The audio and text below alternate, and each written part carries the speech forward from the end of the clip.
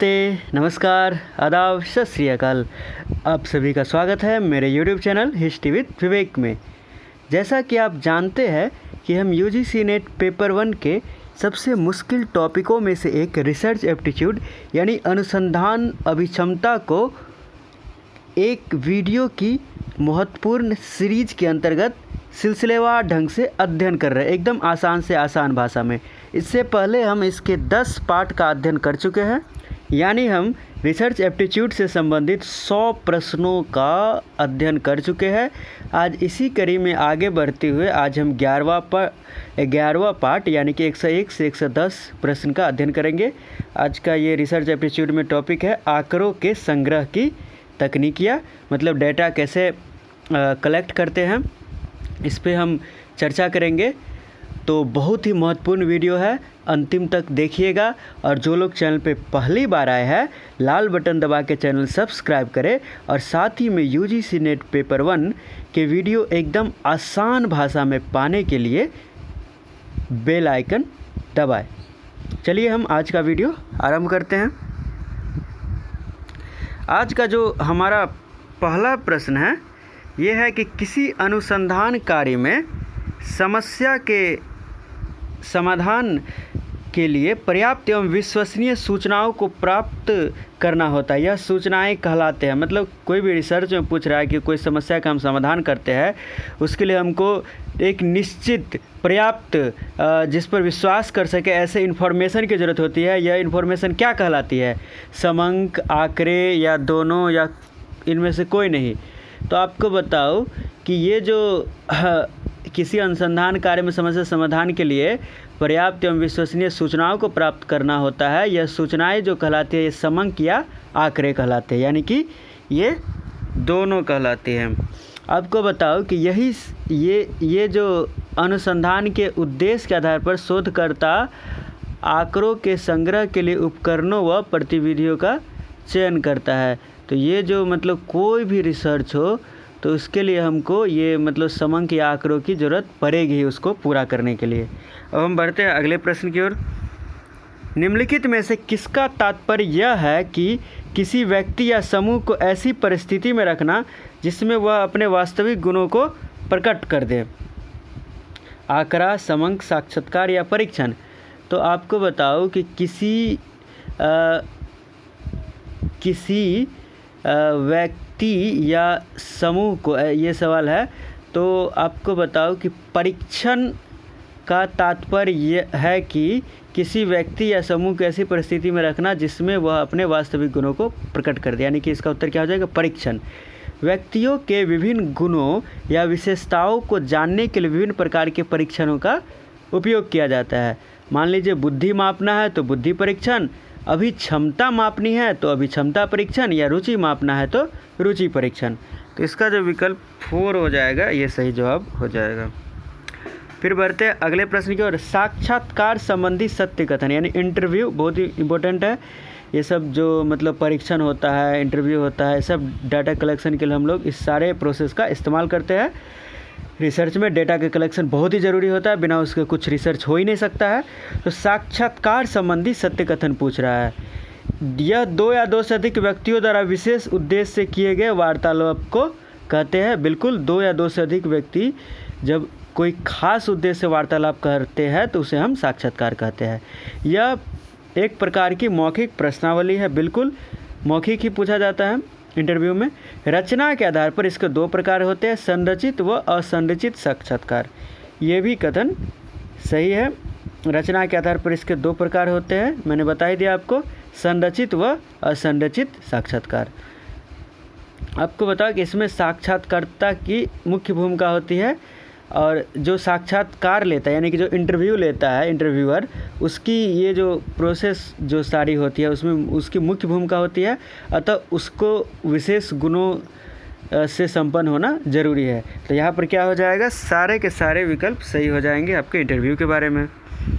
अब है प्रश्नावली। देखिए, प्रश्नावली भी बहुत महत्वपूर्ण है, रिसर्च में इसका बहुत ज़रूरी होता है और ये आपको पेपर 1 में हमेशा ऐसे सवाल पूछे जाते हैं। तो प्रश्नावली से संबंधित सत्य कथन है, यानी कि आपको पता है कि मतलब रिसर्च के वक्त डाटा कलेक्ट के लिए हम कलेक्ट करने के लिए एक प्रश्नों का सेट देते हैं, जिनसे हम डाटा कलेक्ट करते हैं, जो हमारा सैंपल होता है उनको प्रश्नों का सेट देते हैं, वो उसको सॉल्व करके हमको देते हैं, उसी के आधार पर हम डाटा कलेक्ट कर लेते हैं। तो प्रश्नावली से सत्य संबंधित सत्य कथन की बात कर रहा है। अनुसंधान कार्यों में बहुतायत प्रयोग होने वाला उपकरण प्रश्नावली है। बिल्कुल, रिसर्च में इसका बहुत ज़्यादा प्रयोग होता है। इसका प्रयोग वैयक्तिक एवं सामूहिक दोनों रूपों में किया जा सकता है। बिल्कुल, इसकी अपनी विशेषताएं होती है।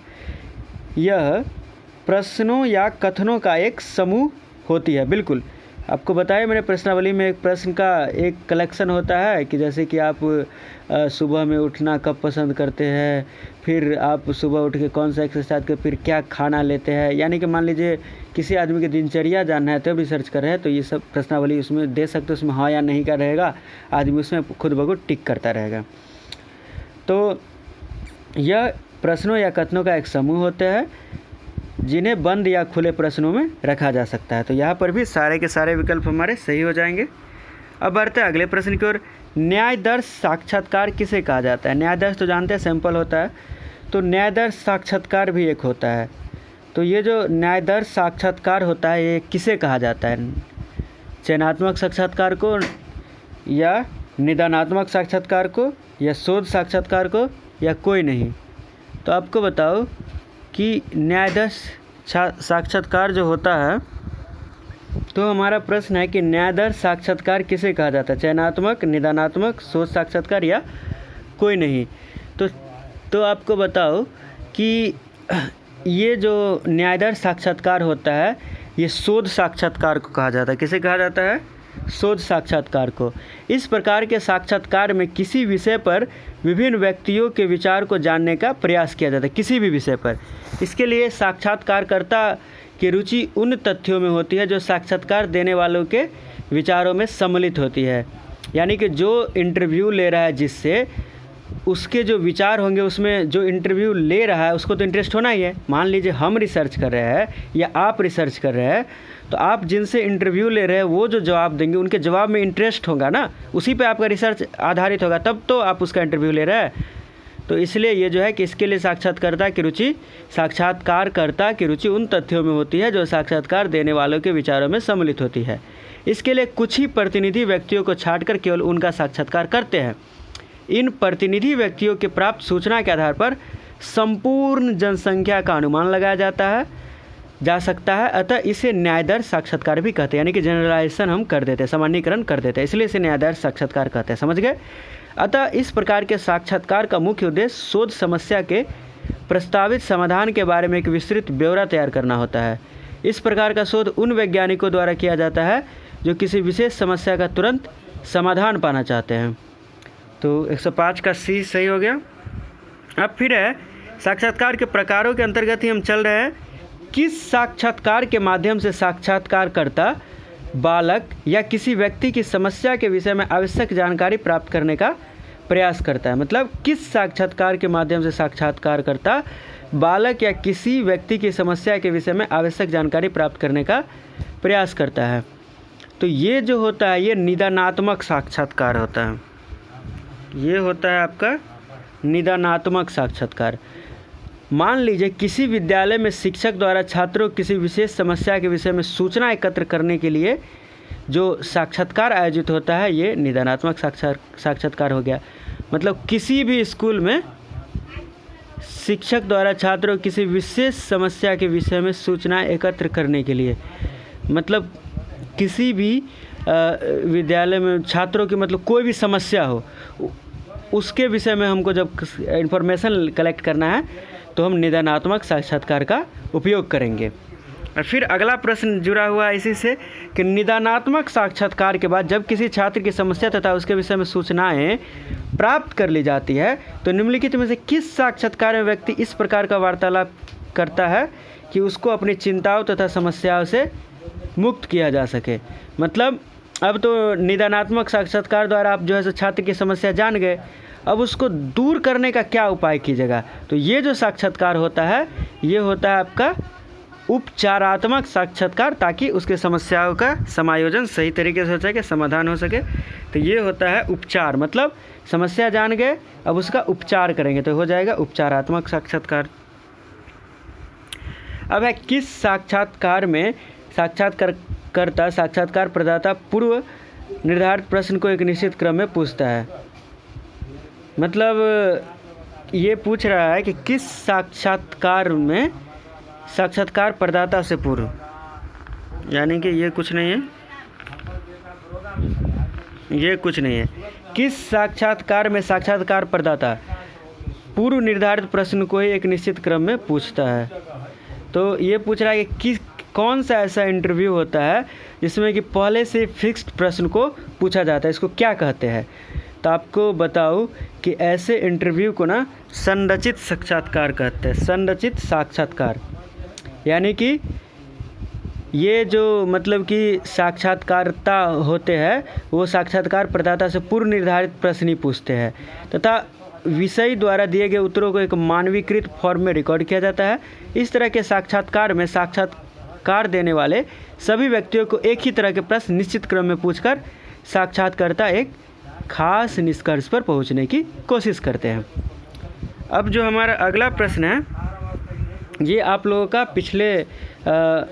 पिछले वीडियो में आपका इसका जो पार्ट 10 था उसमें आपका होमवर्क भी था कि चयनात्मक साक्षात्कार होता है। ये सब साक्षात्कार के प्रकार है। चयनात्मक साक्षात्कार क्या होता है? तो ए में है साक्षात्कार का प्रयोग किसी भी जीविका में नवीन नियुक्ति के लिए किया जाता है। बिल्कुल, मतलब जो चयनात्मक साक्षात्कार होता है इसमें किसी आदमी के चयन के लिए, सिलेक्शन के लिए साक्षात्कार आयोजित होता है। फिर है इसमें साक्षात्कार प्रदाता से उस जीविका की उपयुक्तता संबंधी प्रश्न पूछे जाते हैं। मतलब साक्षात्कारकर्ता जो होता है यानी इंटरव्यूअर होता है वो ऐसे प्रश्न पूछता है जिसके आधार पर यानी एक्सपर्ट जिसके आधार पर उससे जो इंटरव्यू देने आया है उसकी क्षमता की पता लग जाए, योग्यता का पता लग जाए, आचरण का पता लग जाए आदि के बारे में जान पाए। ठीक। और सी विकल्प है इस तरह के साक्षात्कार का मूल उद्देश्य यह जानना होता है कि साक्षात्कार प्रदाता कहाँ तक अपनी योग्यताओं के अनुरूप अमुक नौकरी के लिए योग्य है। मतलब मान लीजिए आप बैंकर के लिए इंटरव्यू दे रहे हैं, असिस्टेंट प्रोफेसर के लिए इंटरव्यू दे रहे हैं या डीएम के लिए, आईएएस ऑफिसर के लिए इंटरव्यू दे रहे हैं। तो आपको जिस चीज़ के लिए इंटरव्यू दे रहे हैं उसके बारे में आप कितने योग्य हैं ये जानने का प्रयास चयनात्मक साक्षात्कार में किया जाता है। तो यहाँ पर सारे के सारे आपके विकल्प सही जवाब हो जाएंगे। आपको बताओ कि मैंने कहा था कि जो सही जवाब देंगे उनके मैं नाम लूँगा। तो निश्चय गर्ग, निशा वर्धन, अर्पिता यादव और रश्मि कुमारी, इन सभी ने सही जवाब दिया था। तो आप लोगों से आग्रह है कि ये जो आप लोगों ने इतने अच्छे से जब जवाब दिया तो आज के लिए जो आपका प्रश्न है उसका भी सही जवाब दे कि किस साक्षात्कार में साक्षात्कारता, ये जो साक्षात्कारकर्ता होते हैं वो साक्षात्कार प्रदाता से जो भी प्रश्न पूछता है वो पूर्व निर्धारित नहीं होता है। मतलब सेम इसका उल्टा पूछ रहा है कि ऐसा इंटरव्यू जिसमें पूर्व निर्धारित प्रश्न नहीं पूछे जाए ऐसे इंटरव्यू को क्या कहेंगे? संरचित, असंरचित, तथ्य संकलन या कोई भी नहीं सही। तो 110 नंबर प्रश्न लिखिएगा कमेंट में और इसका जो सही विकल्प लगेगा आपको वो सही उत्तर चुनिएगा। जिनका गलत होते हैं उत्तर जिनके, वो बिल्कुल घबराए नहीं, प्रयास करते रहे क्योंकि प्रयास करने से ही सफलता मिलती है। और इससे रिलेटेड 10 वीडियो बन चुके हैं, यानी कि 100 प्रश्न पहले ही से रिसर्च एप्टीट्यूड को एकदम आसान से आसान भाषा में समझाया जा चुका है। तो प्लेलिस्ट में जाए और रिसर्च एप्टीट्यूड से संबंधित वो 10 वीडियो जिनका छूट गया है देख ले। फिर नंबर सिस्टम हो, टीचिंग एप्टीट्यूड हो यानी कि शिक्षण अभिक्षमता, फिर कम्युनिकेशन संचार, पीपल एंड एनवायरनमेंट, या फिर आपका हो नंबर सिस्टम, सब पे एकदम आसान भाषा में वीडियो उपलब्ध है। प्लेलिस्ट में जाए, पेपर 1 का वीडियो, रिसर्च एप्टीट्यूड वीडियो सब रखे हुए हैं, वहाँ जाके देखें और खूब अच्छे से पढ़ाई करें। और जिनका पेपर 2 में इतिहास है उनके लिए भी ढेरों वीडियो प्लेलिस्ट में है। तो सब अच्छे से पढ़ाई करें, मौके का फ़ायदा उठा, ये जो आपदा है उसको अवसर में बदले और बस खूब पढ़ें और खूब बढ़े अपने और एक बात और कहना चाहूँगा कि जो लोग आज पहली बार ये वीडियो मेरा देख रहे थे तो चैनल में लाल बटन दबा के इतनी ज़ोर से सब्सक्राइब करें कि आवाज़ मेरे यहाँ कानों तक आनी चाहिए, और साथ ही में बेल आइकन दबाएं ताकि आपको यूजीसी नेट पेपर 1 तथा पेपर 2 इतिहास की वीडियो एकदम आसान भाषा में मिल सके। तो इस तरह हम अपने प्रसिद्ध नारे के साथ इस वीडियो को समाप्त करेंगे। अब की बार JRF परिवार। धन्यवाद।